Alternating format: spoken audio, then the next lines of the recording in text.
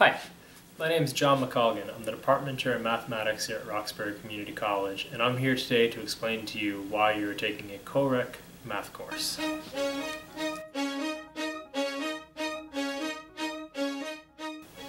So traditionally, we've had three levels of what we've called developmental education, which is courses that we offered to help you review the things that you learned in high school. The three levels were Math 87, Math 88, Math 99.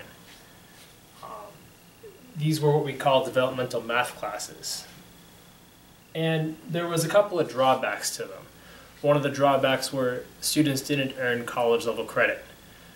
They were expensive. You had to pay the full price even though you weren't earning credit for them. And they were also time consuming. In order to graduate, it might add an extra year or two onto your degree.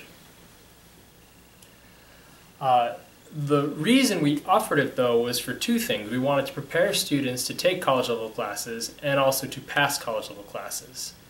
So what I want to do now is I want to look at the data and show you how successful the old method was.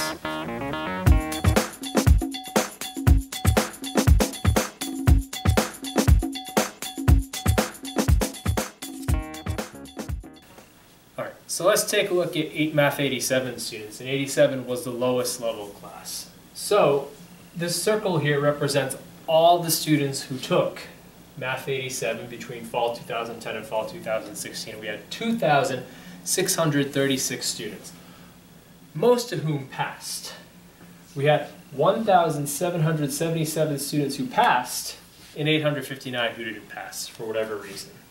After passing 87, the next thing was you had to enroll in 88.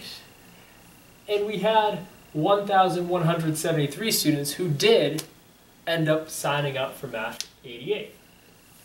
604 of them didn't. After enrolling 88, the next goal was to pass 88. And we had 865 students who did pass 88, but 308 students who didn't. And then after passing 88, it really depended on your major. You might need 99, you might not. But eventually you need to take a college level class. That's the real goal. So we have 664 of the students who ended up achieving that goal of taking a college level math course, enrolling in it. We had 201 who, after passing 88, for whatever reason, didn't take a college level math class. And then after taking it, you also had to pass it. Right? We had 570 who passed it. We had 94 who enrolled but didn't pass. So as you can see, the goal to get smaller and smaller and smaller every level we go up until we only have this little piece here that ended up achieving the ultimate goal of passing. And if you want percentages, of all the students who started in Math 87 between fall 2010 and fall 2016, 25% of them passed, or excuse me, 25% of them enrolled in college level math, and 22% of them passed, which isn't very good. Most of the students did not achieve either goal. Next.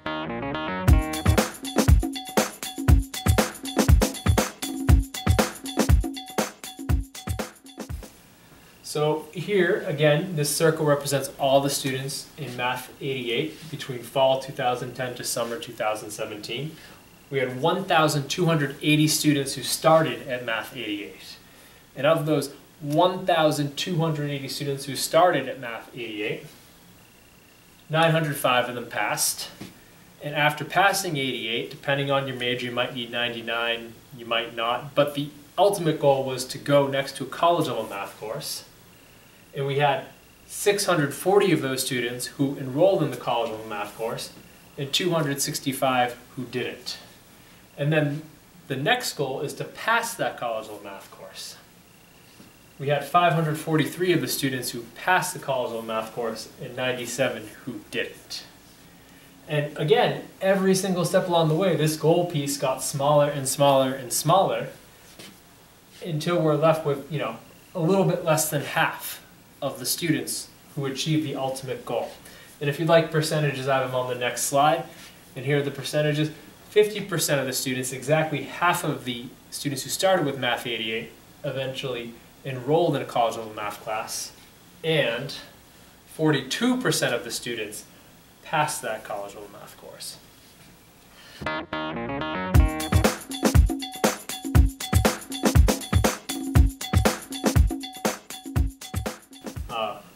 from fall 2010 to fall 2017, again, this circle here represents all the students in Math 99. We had 308 students who started in Math 99, and of those 308 students, 220 of them passed 99. 88 didn't. Of these 220 students, 163 of them enrolled in a college-level math course. And of these 163 students, 139 of them passed the college-level math course, which is the ultimate goal. And again, every step along the way, you saw this gold slice get smaller and smaller and smaller. And to sum it up, we had 53 students who enrolled in college-level math versus 45% who passed college-level math. So these numbers aren't that good, and it made us reconsider what we were doing here. And instead of doing the traditional Dev Ed sequence, we came up with this alternative idea, this co-requisite idea. Now, just a little bit about co-req. Co-req is short for co-requisite. Co-requisite means you take two things at the same time. So you're taking your college-level math and your co-requisite section at the same time. And it doesn't matter where you place in, whatever level you're starting at, we're letting you take college-level math. So you'll have 3 extra hours a week of contact time with your professor, and in those 3 hours you'll do 3 different things. You'll review things you did from high school, you'll review things you're doing in your college-level class, and you'll get a preview of your college-level topics to come. There's a couple of other benefits too, and one of the benefits is thanks to a grant, you will only pay for the college-level portion of this class. You're not going to pay for the extra time. That's being paid for by a grant. I have the data here to show you what the students in the past have done. This is from spring 2016 when we started the co-req courses through summer 2018, which is the last semester I have data for. And in that time, we had 263 students take at least one co-req math course at Roxbury Community College. And 263 of these students all took a college-level class. They had to. As part of the co-req deal, you have to. That is 100%, which is much, much better than the Dev Ed. The second goal, remember, is to pass the college-level math course. And of these 263 students, 176 passed, which is about 68%, which much, much better than we had with the Dev Ed sections. There are 3 main reasons, in summary, of why we are replacing the Dev Ed with this co-req section that you're about to embark upon this semester. The first reason is that you are more likely to succeed in the co-req model. We want you to do well. We want you to succeed, and this is the best method for you to succeed. The second, you'll take less math. There are less semesters taking math. Previously, you'd have to take 88 in the fall and then your college-level course in the spring. You know, so maybe a whole year of math. Or maybe 87 one semester and the next semester 88, and then your college-level math class, so a year and a half of math. Or maybe 87, 88, 99, and then your college-level math class, a whole 2 years of math. With this co-req class, it's just this semester, depending on your major. And the third reason is that you're going to save money or financial aid if financial aid is paying for you. In the past, as I said before, you had to pay for both the Dev Ed and the college. And the Dev Ed, it could be up to 11 Dev Ed credits that you had to pay for, but you weren't getting credit for. Under this new method, you only pay for the college credits.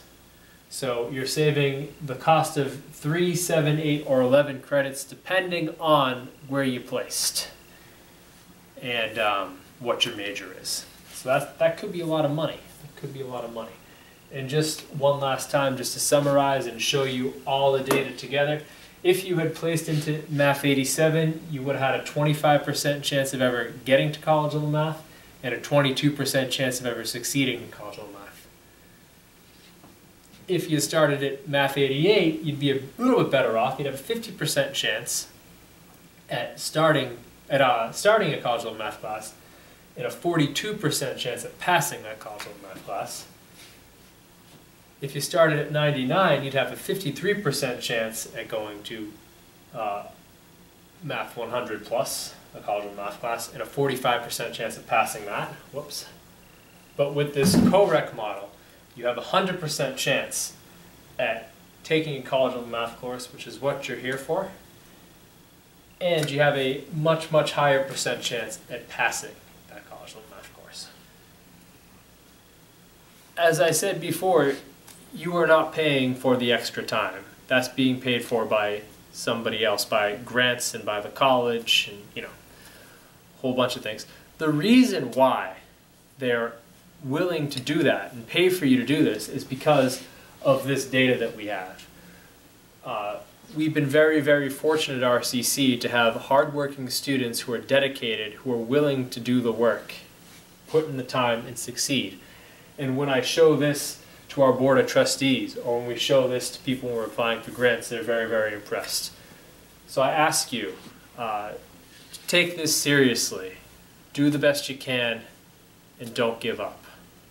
If you need help, ask your professor, ask other people in your class, go to the learning center, the math clinic, make sure you get the help. Don't quit, you can do it, you can succeed. Good luck, have a great semester.